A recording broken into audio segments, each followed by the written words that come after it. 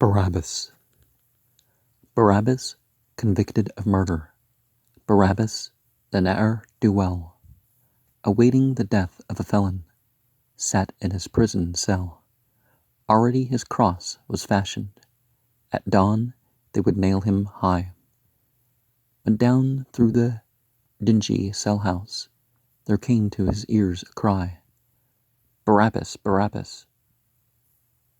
Barabbas, Barabbas, whose hands are red, take you, the lowly Nazarenes, and spare us his life instead."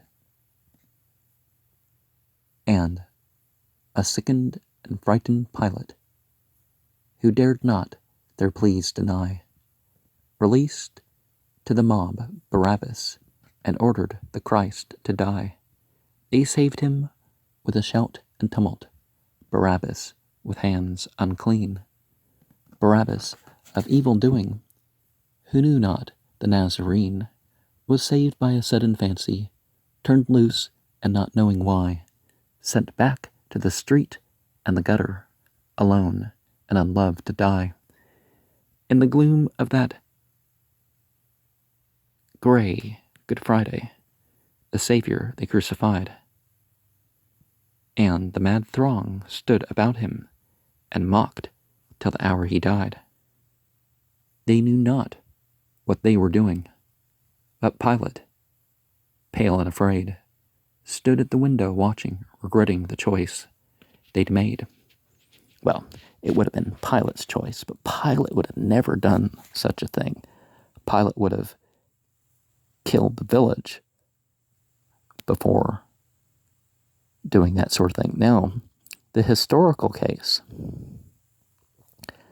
during the time of Herod, so earlier, was Barabbas, the famous Barabbas, Yudah Bar Yudah.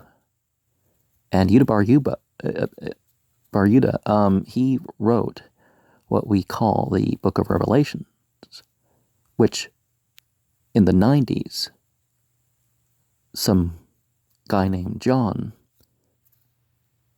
rewrote. And that was the first gospel. It wasn't until the 120s till there was another gospel by the same person who wrote the book of Acts.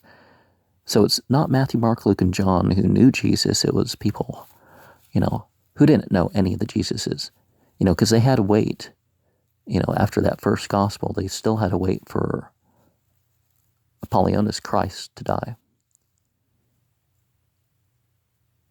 And, he did get killed with the two witnesses